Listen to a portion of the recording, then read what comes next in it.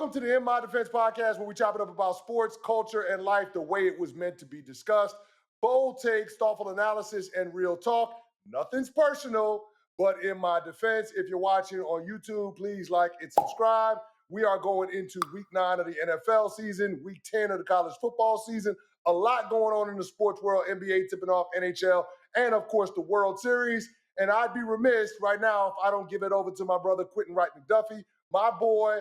Q, what up? What's going on? What's up, Brody? What's up, Brody? How you? I'm good, man. It's a lot going on in the sports world, man. A lot we got to get into. I feel some type of way about the Cleveland Browns quarterback situation. I know we're going to talk about that. I know you got some things you got to get off of your chest too. So without further ado. Well, listen, we could open up the conversation about the things I got to get off my chest. NFL, I really appreciate you guys investing your energy and your time in the HBCU experience, but it gives me Bad Bunny. You probably wondering what I mean by it gives me Bad Bunny. I know exactly what you mean, dog. You about as subtle as a gunshot. I know exactly what you mean. I love pandering it. a little bit. Pandering a little bit.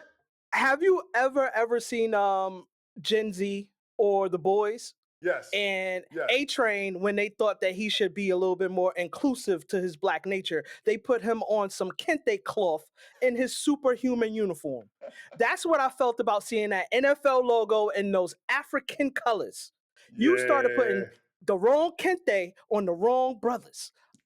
NFL, I love the appreciation, the love, and how you're trying to grow. But unless you're about to give 10% to each HBCU for each jacket, each shirt, each hat, it gives me Bad Bunny. It gives you exploitation. It gives you a little bit of colonizer vibes. Listen, I don't know that I'm willing to go that far, and I think there is a certain amount of value in the NFL branding being associated with HBCUs. It brings a certain level of cachet, and it doesn't hurt that Stephen A. Smith takes the most popular sports show on the planet, First Take, on the road at HBCUs. They were down in Birmingham last week, Magic City Classic. This week, Dell State for Deshaun Jackson, matching up against Michael Vick, Norfolk State coming in for home. It's going to be a big game. That's going to be a fun game too. So I don't think it hurts to be able to provide that spotlight, but you just want to see the follow-up because it's giving turkey people vibes. We drop in, we deliver some turkeys, we make ourselves feel better about ourselves, but we don't necessarily make the situation better for the people that we say that we're advocating for. So I don't have an issue with them doing it. I just want to see consistency and true connectedness when it comes to the NFL, throwing the full weight and power of their brand behind these historically black colleges and universities. 100%. As a guy that went to HBCU, Virginia Union University, I love to see it grow. It get a lot more spotlights. You see not only just the Howards, the Spelmans, the Morehouses, but the Virginia Unions, the Hamptons, the Norfolks. You see a lot of the schools growing, VSU, etc. But like you said, the follow-up. I don't want no words in the end zone.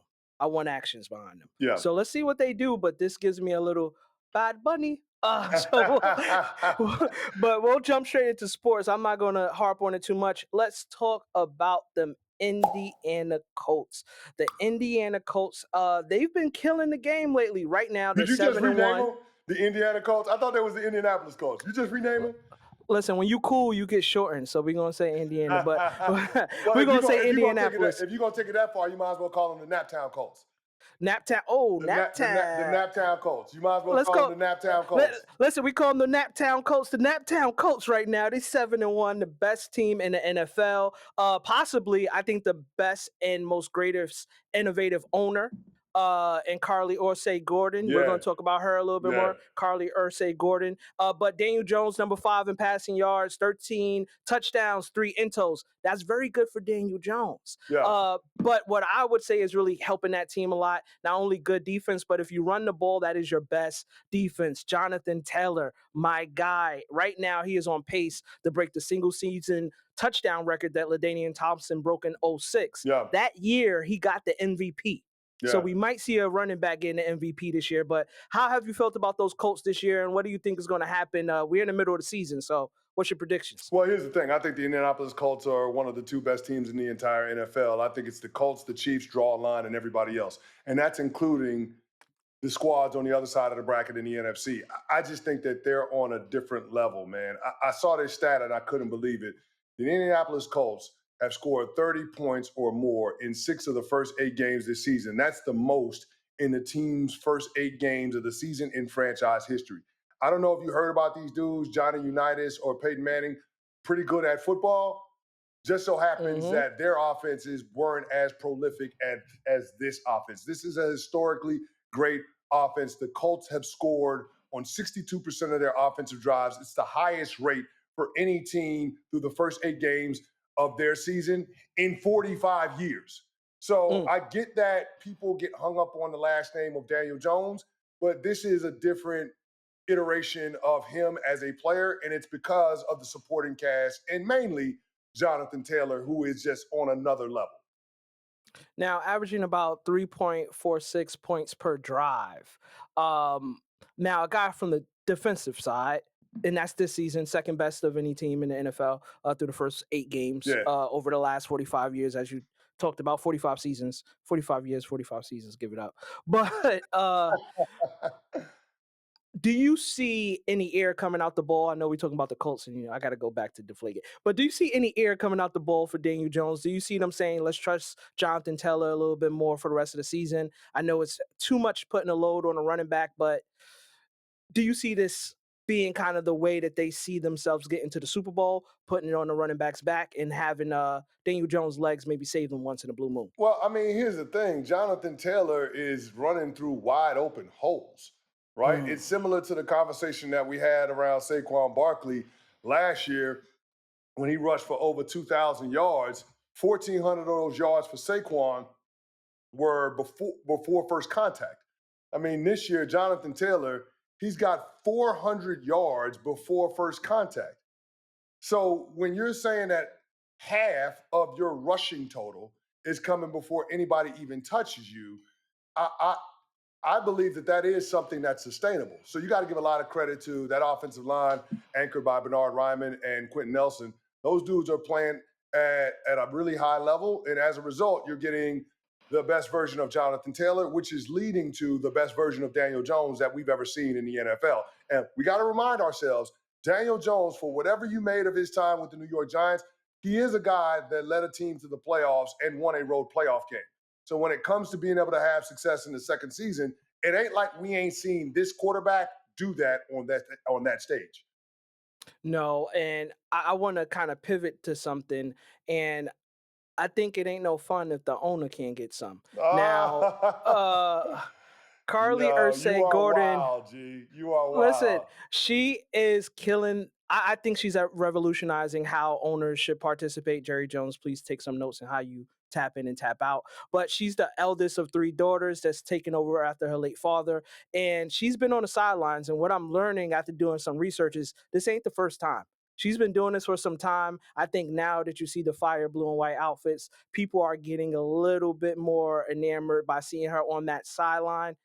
But for you as a player, and I'm going to take it from a business point of view because I see it a little differently. As a player, do you appreciate it or do you feel like you're being micromanaged by ownership? Well, listen, I believe that success starts top down. And so when Carlie Irsay-Gordon decided that she was going to be on the sideline wearing a headset, it wasn't because she wanted to micromanage as much as it was about her being able to arm herself with information so she can understand the why behind what the coaches do, what the decision makers do, and properly scrutinize whether or not they're doing their jobs in terms of putting the players in the best position to have success. It's about accountability. It's transparency directly leading to accountability. And when you have that in a highly competitive environment, it usually fosters the best stuff, the best ideas, the best performances, the best ways to collaborate, so on and so forth. And so I think that's what we're seeing with the Indianapolis Colts. You're talking about a GM and a head coach that came into the season on the hottest of seats, and now all of a sudden they have the best record in football. That doesn't happen by happenstance. It happens because of the intentionality of the people at the top. And so a lot of credit to Carlie Irsay-Gordon. I don't think it's a coincidence that Grover Stewart, defensive tackle for the Colts, was rocking a shirt pregame that had her likeness on it when you got the players repping hard for the owner like that, it says something, man. So I think this has the makings of a special season for the Indianapolis Colts. I love that. One, you must have been looking at my notepad, but two, you've hit on everything that I really wanted to touch on. Now, we usually hit them with a mind your business moment, and I think this is perfect for it. This is one of those mind your business. People are looking at her on the sidelines, complaining, why is she on the sidelines? Why is she on the sidelines? I love what she said in every interview. I want to know everything. I want to understand the complexities of the sport. I want to know if they call the receiver hot, who picked them up the right way, what they said, what did they call the right route? Is it the coach's fault? Is the player's fault? Is somebody telling me the wrong thing? She learned all the signals so that she knows what's going on. I think if you're building a business, and that's what the NFL is for her as an owner, if you're building a business, you need to be able to evaluate the products. Yeah. And now I want to make sure we don't kind of get anybody twisted. We're not calling humans or these players products anyway. No, the players are the product. It's okay. Listen, I think it's fair. Sports is an entertainment product. And in the professional ranks, the players are unique in that they're the employee and the product simultaneously. It is what it is. Yep. The players are the product. Let's not shy away from it. Let's not romanticize what professional sports are. That's what it is. But I think that when you lean into the human element, when you come into the situation with an attitude of service, if you're the owner and you're thinking about how to properly serve the people that are your subordinates, when you have that mentality, then all of a sudden, those people that are working for you become a little more invested in what they're doing. Yes. They take a little more pride in what they're doing because they feel like their boss has their back. And when an employee feels like the higher ups are investing in their individual success as well as the success of the team, that's when things take off. It's amazing what can be accomplished when people don't care who gets the credit. And it feels like Carlie Irsay-Gordon is coming in with that type of mentality, those types of vibes. 100%. And the biggest word we want to leave with is accountability. But here's the thing, and I think this is important to acknowledge. The irony of a woman stepping into one of the most masculine spaces, masculine industries on the planet, and flipping it on its head and showing the boys that she can do it better. That is absolutely phenomenal. I'm here for it all. I'm here for it all. I don't think we can give her enough credit for being able to do that, to be able to command the respect of everybody in that organization. Because just because you signing the checks, don't mean people gonna respect you, okay? It doesn't. I've seen and heard stories from plenty of guys around the league that had zero respect for owners that they play for because they don't think they know what the hell they're doing. But the fact that it seems like everybody in that Colts organization respects her, and conventionally women not being invited in NFL spaces, for her to be able to do what she's doing, I don't think is getting enough publicity, enough credit. At all, and to take the accountability not only on her end to learn the X's and O's and also the Jimmys and Joes. That's how she's able to now mingle with the team.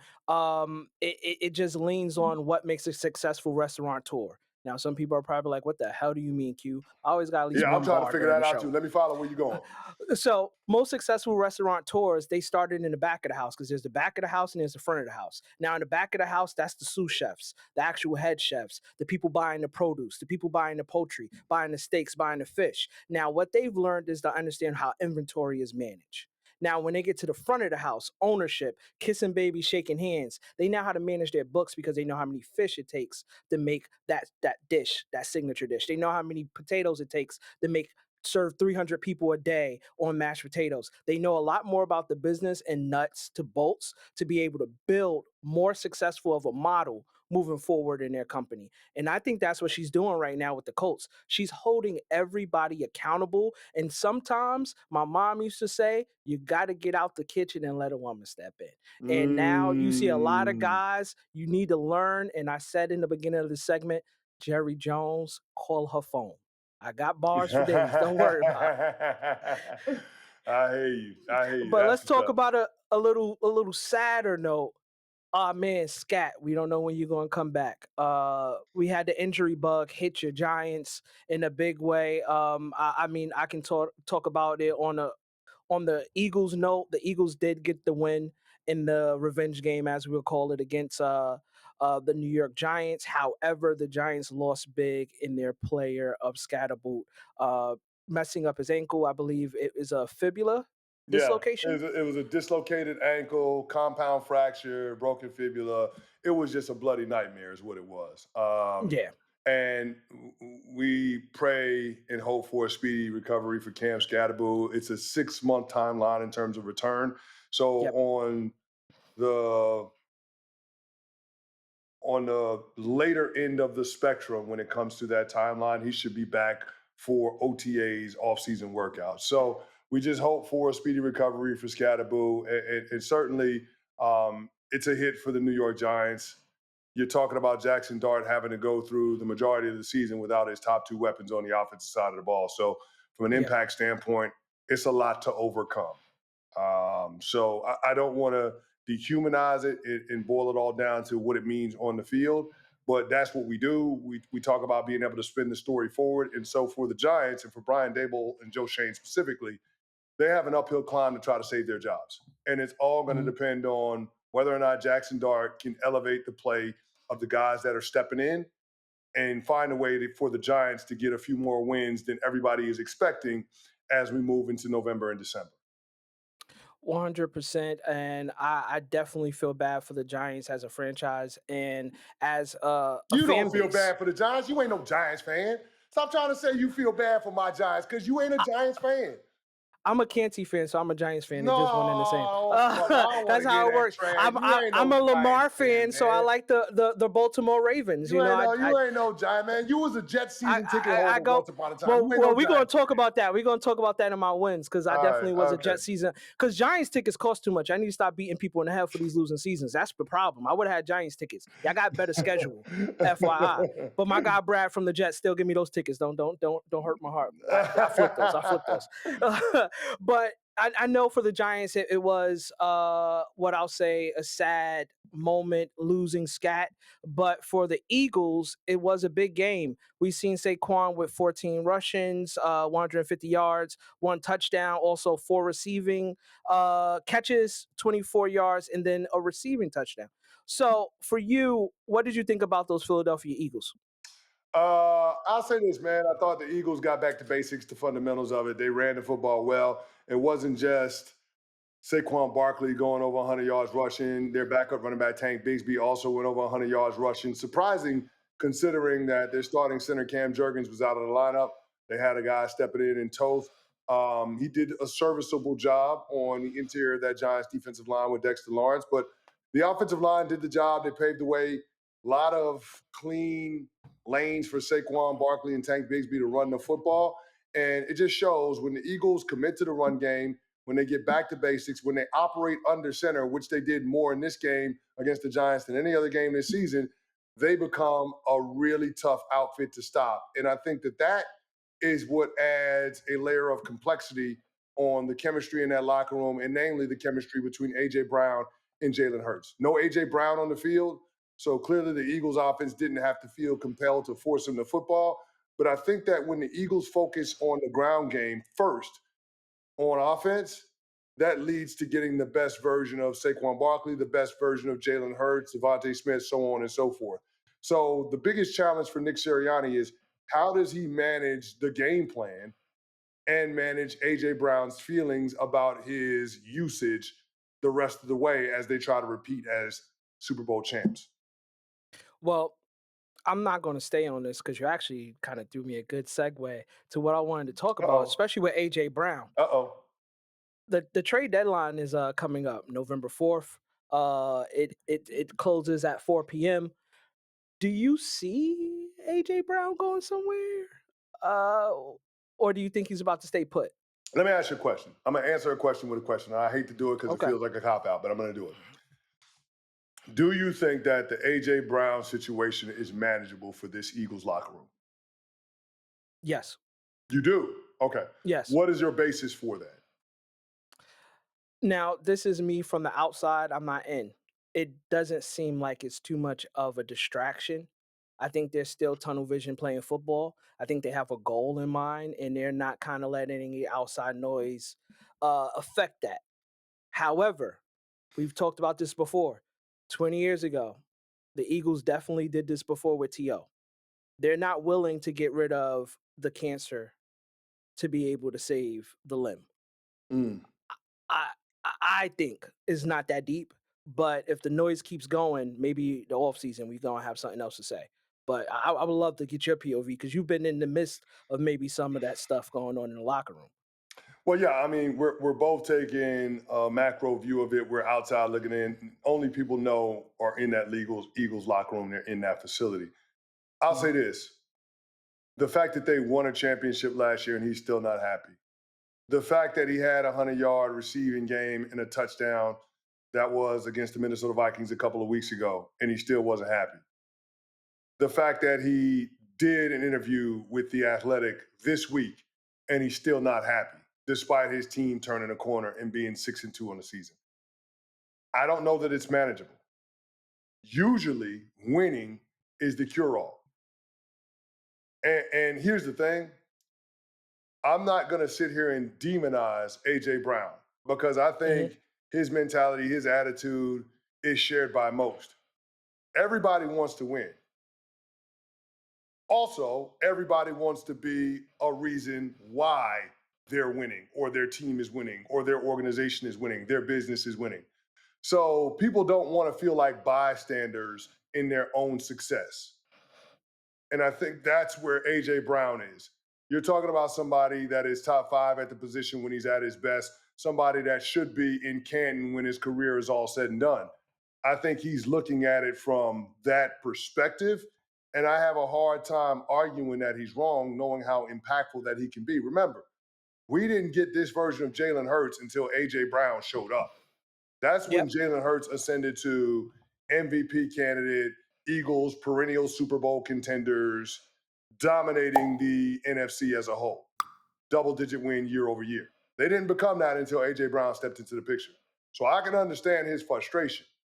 But at the same time, you got to be willing to sacrifice in order to have success at the highest level in a team in the team sport of all team sports. And that's the part where I don't know whether or not AJ Brown and the Eagles can reconcile it. So I guess the answer to that question determines how the Eagles proceed over the next 5 days ahead of the trade deadline. Now, are the Eagles during this trade deadline, they're going to be more sellers, or do you think they're going to be looking to add some depth? And we're going to talk about some other teams and get some info from you too.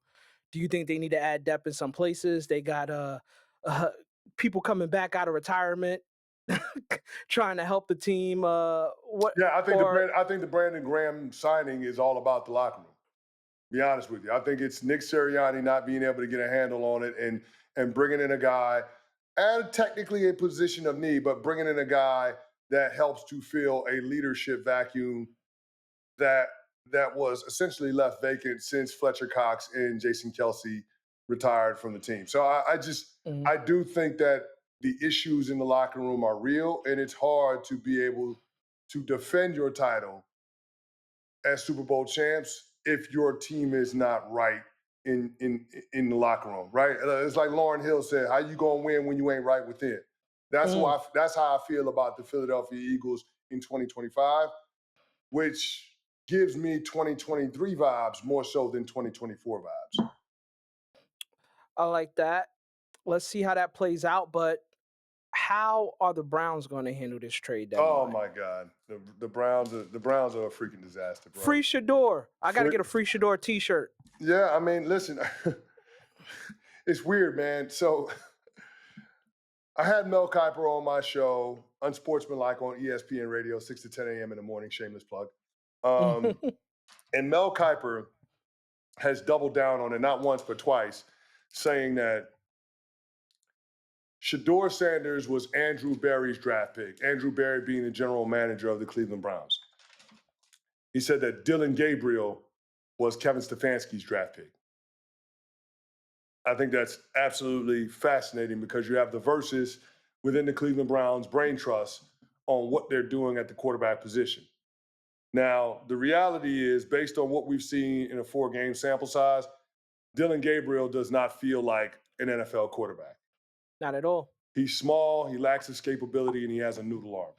It didn't even get cold yet, Canty. It didn't even get cold yet. I'm with you. You looked at the third quarter, the 2 interceptions that he threw, absolutely ridiculous. But then in the fourth quarter, having the intentional grounding in the end zone, ended up getting a safety. It's one of the most embarrassing moments that we've seen from a Cleveland Browns quarterback in the last quarter century. And there have been some really bad moments from Cleveland Browns quarterbacks. Now, here's the thing, and I couldn't believe this when I saw it. Right now, Dillon Gabriel's QBR is worse than the QBR of DeShone Kizer and Kevin Hogan back in 2017, the year the Cleveland Browns went 0-16. Think about that. You got worse quarterback play on what is a better team objectively. I don't understand what Kevin Stefanski sees. I don't understand why he is so staunch in his defense of Dillon Gabriel and why he's so adamant to continue to roll him out there as the quarterback when there are obvious limitations that put your team in a bad spot. It's not a secret why Myles Garrett is so frustrated. You saw him slamming his helmet in Foxborough in Week 8 in a game where he had 5 sacks and a forced fumble. You know why he's frustrated? It's because no matter how great he plays, the offense is so anemic, the offense is so limited because of the quarterback in part that their team has no chance at success. And here's the deal. I don't know if Shedeur Sanders is or isn't going to be the answer, but you certainly haven't seen anything from Dillon Gabriel that should preclude you from giving Shedeur Sanders an opportunity sooner rather than later. Dillon Gabriel, I mentioned his QBR. Dillon Gabriel also has the fewest completions to wide receivers in the National Football League since Week 5 when he had an opportunity to start. Dillon Gabriel, only 4.9 yards per pass attempt. Think about that. He's throwing the ball less than 5 yards downfield on average. It's running backs and tight ends at the line of scrimmage or behind the line of scrimmage. You can't survive in today's NFL doing that. It's put a ceiling on what you get from Quinshon Judkins and Dylan Sampson. They're 2 rookie running backs that they drafted. Those guys can tote the mail, but guess what? There are no holes for them to run through because everybody is down at the line of scrimmage because the defensive backs aren't worried about the quarterback throwing the ball over their head. At some point, if you're Kevin Stefanski, you have to change it up. You have to make the change for change's sake. You have to see what's behind door number 3, and that obviously would be Shedeur Sanders. But from what it feels like it's on its face, he doesn't want to go to Shedeur. Now, I don't know if what I'm about to say is true or not, and whether or not this colors Kevin Stefanski's feelings about Shedeur Sanders. But I think it's appropriate that I remind our listeners, our viewers, that Kevin Stefanski is the son of Ed Stefanski, Philadelphia 76ers executive. And that franchise, during the time that he was in Philly, had one Allen Iverson. You know, the guy that was talking about practice and going on rants, the guy that was flashy, the guy that was brash, the guy that had a bigger than life personality, persona. Sounds familiar. Sounds familiar. Real familiar. I'm just going to say it like this.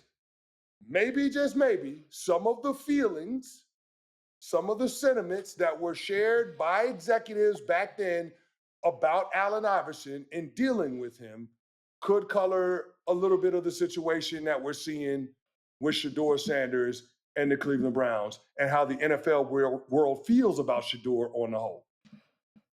Listen, I hope we free Shedeur. But if we don't, I think what's going to happen is Dillon Gabriel, you're going to see your career go in a different direction. And it's not mainly going to be because of the fault of you, but because of the fault of how you're handling the opportunity given to you. Now, people are probably, he's not what an the NFL hell does quarterback. that mean, Q? He's not an NFL quarterback, dog. He's just not. He's not. But it was also the arrogance of him thinking he was going to get the job regardless. That didn't play well because you didn't win the fandom. He could have tried to win the fan base. Now you got them not screaming for Shador. I You got to disagree try with you. something. I disagree with you, man. You ain't got to try to win the fan. You got to try to win the locker room, and you got to try to win games. Like that's what you got to do as a quarterback. Yeah. You win the crowd, you win your freedom, but the way you win your crowd is by winning actual games, making game-winning plays, and he's not doing enough of that. And whether it's because he's unwilling to do it or he can't do it, the result is the same.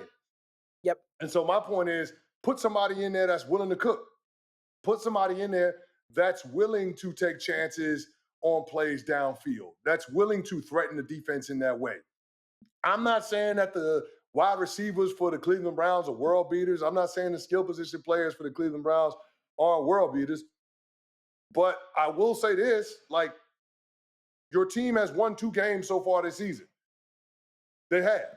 And one of them was with you as the starting quarterback, but it was in spite of you, not because of you. You need to be more of the reason why the Cleveland Browns have an opportunity to win. And if he's not going to do that because he's not capable or he's unwilling, then put a quarterback in there that is. I agree. And let's play a quick game, Canty. I'm gonna give you 5 teams. You tell me, are they buyers, sellers, or should they stay put? Okay. Just rapid fire. This is gonna be a warm up for 99 problems. All right, let's do it. Dallas Cowboys, buyers, sellers, or should they stay put? Buyers, man. You got to buy. Dak Prescott is on the wrong side of 30 and he's making $60 million a year. You can't give away prime years of Dak Prescott. He's healthy. He's playing at one of the highest level that we've ever seen him play at.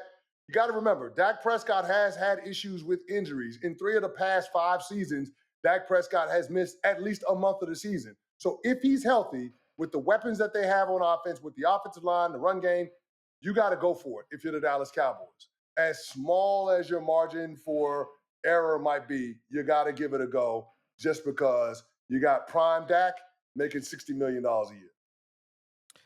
Baltimore Ravens, buyers, sellers, or should they stay put? I'm going to say buyers, man. The Baltimore Ravens are Super Bowl or bust, and right now it's looking a lot like bust. Now, here's the deal. They play in the AFC North. That's a division that 9 wins might get you a division title.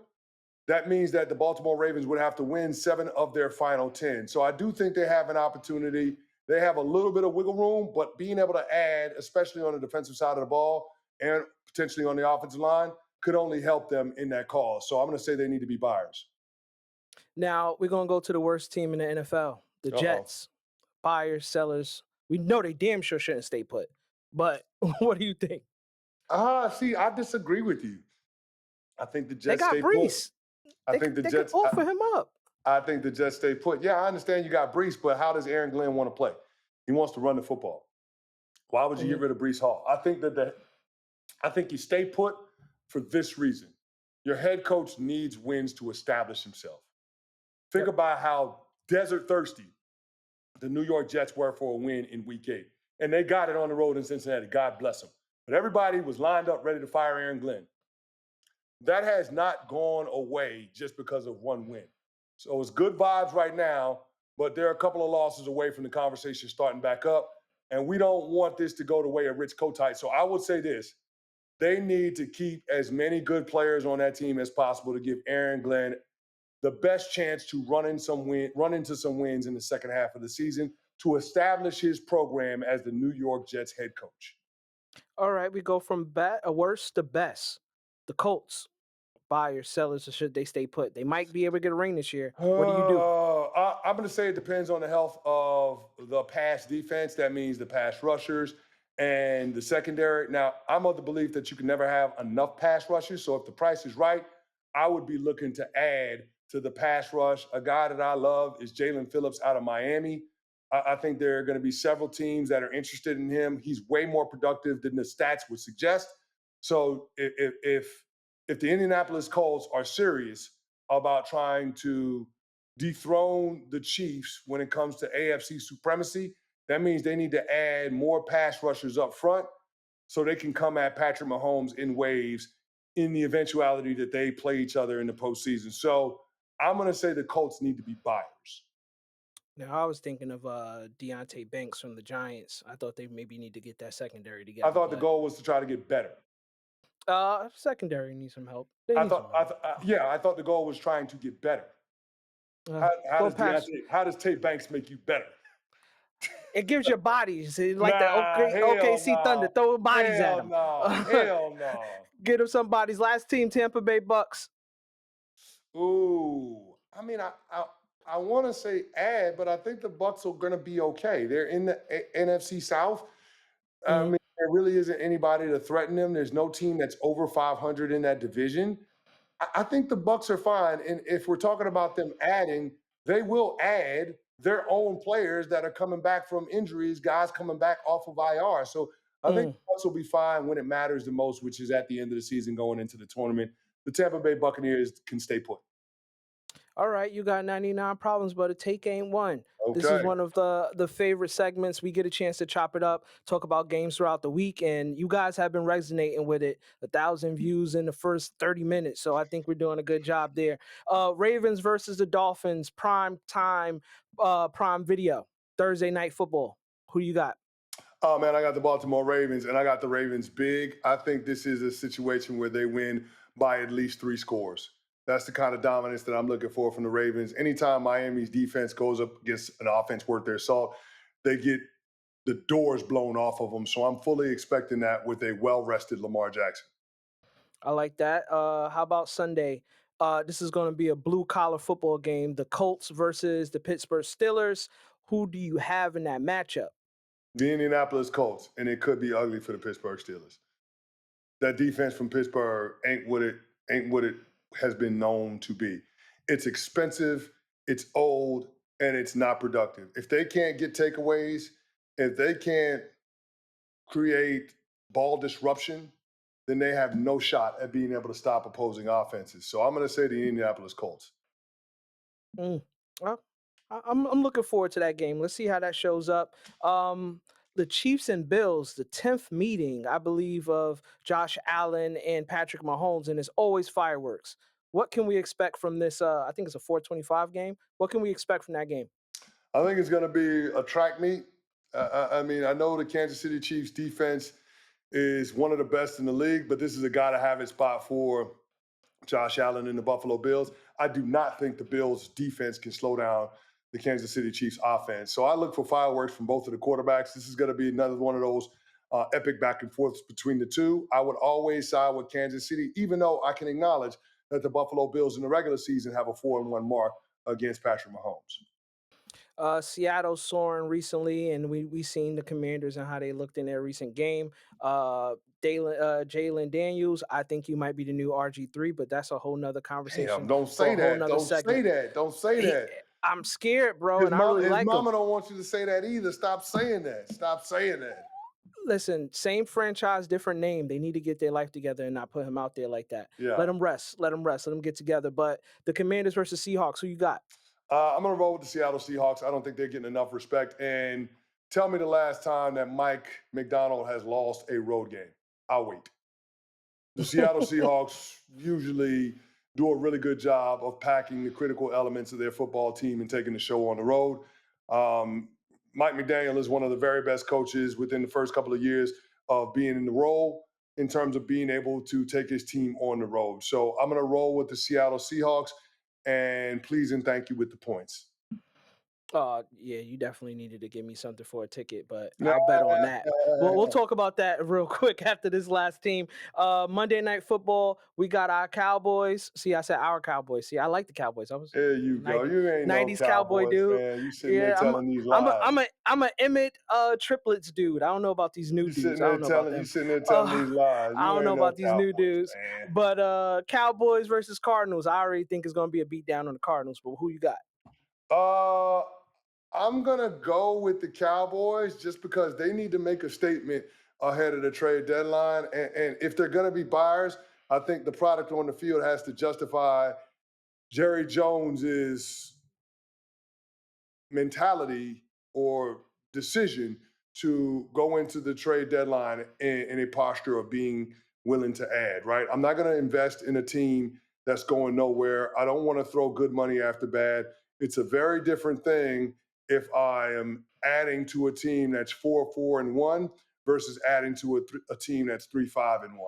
So I think this is an absolutely critical game for the Dallas Cowboys. It's huge for them, and that's why I think they're going to end up winning this ball game against the Arizona Cardinals.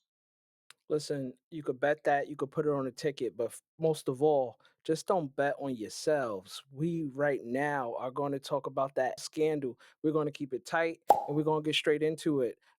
As a federal investigation digs a little deeper and to make things a little bit more clearer, in the biggest scandal to hit the NBA since Tim Donahue era. If you guys don't remember what that is, please watch that Netflix series. It is very intriguing. There is right now a federal gambling investigation rocking the NBA and tying not only players but also coaches and maybe the La Costa Nostra. Let's see. Man, But Portland Trail Blazers head coach Chauncey Billups, Miami Heat guard Terry Rozier, he's a fool. We'll talk about that. And yeah. former NBA player as well as assistant coach Damon Jones have all been arrested, charged in connection with two federal indictments involving illegal sport betting and rigging poker games. Chauncey is more connected to the poker games, as Damon Jones and Terry Rozier is connected to a little bit of more the sports gambling. Canty, there's about 30 co-defendants. We've already had a player banned, Jonte Porter from the NBA.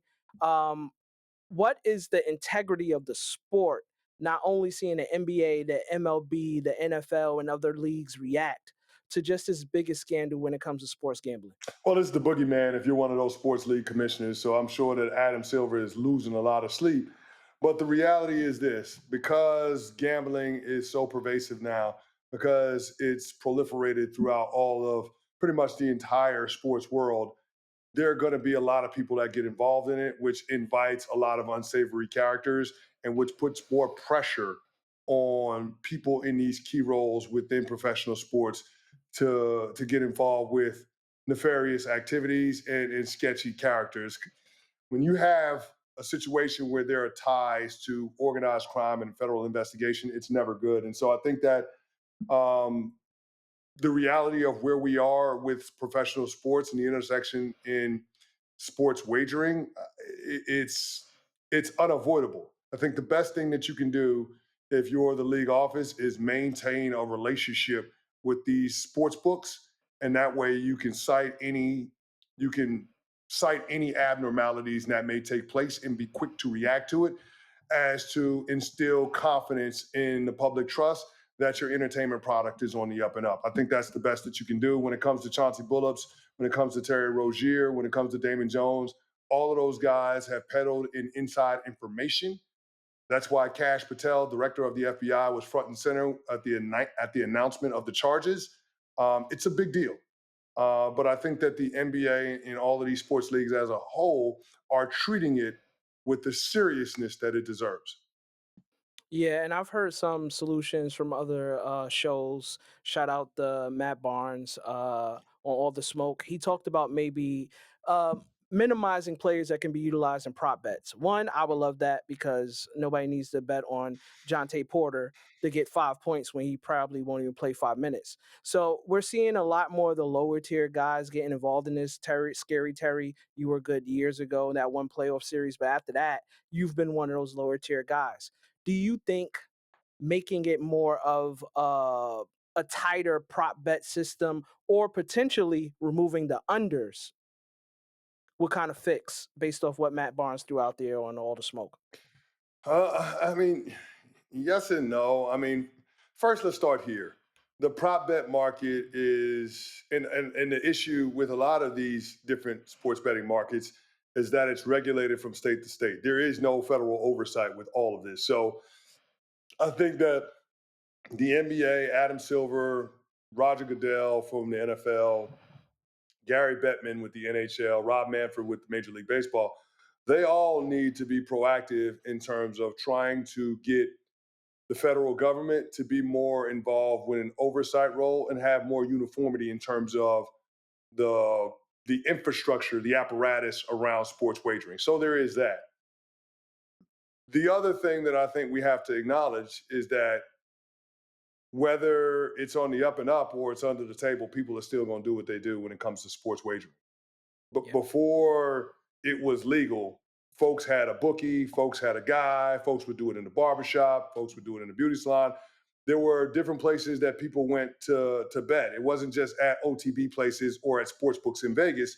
Yep. People were finding ways to do this. So when it comes to the prop bet market, I hear you in terms of trying to, limit the different opportunities for sports bettors to get involved with. But ultimately, if there is an appetite for it, then there's going to be somebody that's willing to satisfy that. And so I think that the most important thing is being able to create an infrastructure, create an apparatus where you can have full transparency and where these sports books and these sports leagues can be quick to react when there's any sniff, any hint of impropriety. Now, from somebody that is good for a good parlay and Canty, I'll shoot them to you in the text, and you probably like, this guy put like 25 legs on there. Yeah, you be But wilding with the parlays, bro. I hit, I love a parlay as good as anybody else. You be wilding with the parlays, listen, dog. in my defense, I win some, I lose some. But I think for me, and just knowing that there's a little bit of integrity issues, I see a lot more of the Leo DiCaprio meme where he's in front of the TV and he's pointing at it. Giannis took 5 steps, ref Against the didn't Knicks. call it. You know what I mean? Like, I'm like, Wow. oh, there you go, there you go. I think there's going to be a lot of that on the consumer side of it, but overall, it makes me now think about old situations. Yeah. David Stearns, he was a different kind of commissioner. I thought he was they called Pat Riley the Don. I thought that was David Stern. Adam Silver, he's a different kind of commissioner. I don't think that this wouldn't have happened under David Stern, but I think that this wouldn't have came out under David Stern. Rest his soul. But what do you think on Wow. that point? And then we're gonna go to wins and losses. Maybe you're not wrong. Maybe you're not wrong. But we are here. I don't think it serves anybody to say what somebody from a bygone era would or would not have done. And you've seen the jokes like David Stern would force a guy to go away for a couple of years if there was Mm-hmm. something sketchy going on and let him come Uh-huh. back. We don't Mm-hmm. have to throw out names, but we know who the people are we talking about. I'll say this, man. It is a tough job to be a commissioner in these sports leagues because you have so many different people that you have to satisfy: television partners, the advertising partners, the players, the fan bases, the media. It is an impossible job to do well, but I think Adam Silver does it as good as anybody. And so when Mm. it comes to this NBA insider betting scandal, I don't think this is a product of having somebody at the helm as the commissioner's office that's asleep at the wheel or somebody that lacks institutional control. Quite frankly, I think this could have happened to any commissioner in any sports league. It's just the reality of where we're at as a society and where we're at when it comes to the interest around sports, particularly professional sports. Listen, we're not gonna act like David Stern ain't pops. He gonna be like, shh, don't tell nobody. David Stern would have had you hanging out in Miami somewhere, in Pelican Bay, making sure you don't get caught up in this scandal. You would have been somewhere. Miami with a hoodie on, acting like you cute, one of the things. But we're gonna talk about some wins and losses. Canty, Yeah. what's your win for the week? Oh man, it's got to be Justin Fields with the New York Jets, man. Going out there and throwing for over 200 yards, a touchdown, converting on a 2-point conversion in the fourth quarter, being able to lead an offense that had over 500, an offense that had over 500 total yards. Absolutely ballsy, man. And to do it after the week that he had, where the owner came out and threw him under the bus and then backed over him, in a week where he was going to be benched in favor of Tyrod Taylor, only to watch Tyrod suffer an injury and him have to be called back into duty. I thought it was a great job, a great show of professionalism by Justin Fields. Forget about what he did on the field, just the overall professionalism in which he handled it, and then ultimately being able to have success and lead his team to their first win of the season. Justin Fields, my big winner this week. You must have read my mind, yo. We've been sharing notes this week or something. Well, we do a podcast every damn week together, brother. No, but why you don't give me your script? We talk the layers, but we don't talk the details. All right. But I'll say this: that is my win of the week too. But that is not why it's my win. It's my win because it was a win for Mangold. That's why it's a win. Sunday, we heard the sad news that 7-time Pro Bowler Nick Mangold and Jets lifer passed away due to complications with kidney disease at 41 years old. The Jets being 0-7, hearing that earlier, you seen Rex crying on the screen. You seen a lot of the fan base hurt. I think the Jets came out and they fought for Mangold. So I'm not going to go too into it. Canty said everything I could say. It was good to see Brees fight and get that touchdown at the end of the game. Throwing it, by the way. You know, didn't even run it in. But this win is for Nick. And shout out to his family. Rest in peace. We send you guys love and condolences and prayers of faith in this time of need. But that was a big, big win for the Jets and the first win of the year. That win for Nick. No doubt. No doubt. So what's your L this week, though? Oh, my L this week is Caleb Williams, quarterback for the Chicago Bears. Listen, bro, you down 3 points in the fourth quarter back up. Take the layup, throw the ball to the back and out of the backfield in the flats. Don't try to force the ball in the middle of the field where it gets picked by Nate Wiggins and it sets up a point-blank touchdown for the Baltimore Ravens and what ends up being an insurmountable lead for your Chicago Bears. You lost to the Baltimore Ravens, who were starting Snoop Huntley. That loss ended your 4-game win streak. When you consider them trying to keep pace with the Lions and the Packers in the NFC North race, when you consider that the head coach called you out and saying that there was a better play to be made on the pick that you threw in the fourth quarter, and then you disagreeing and saying that was the right play, it's a bad look for Caleb Williams. Ben Johnson said it when he took the job. The play caller and the quarterback have to see the game through the same eyes. It's clear that they're not doing that right now. And I think that not only was it a bad loss for the Chicago Bears at M&T Bank Stadium in Week 8, but I think it's a bad sign as well. Oh, man.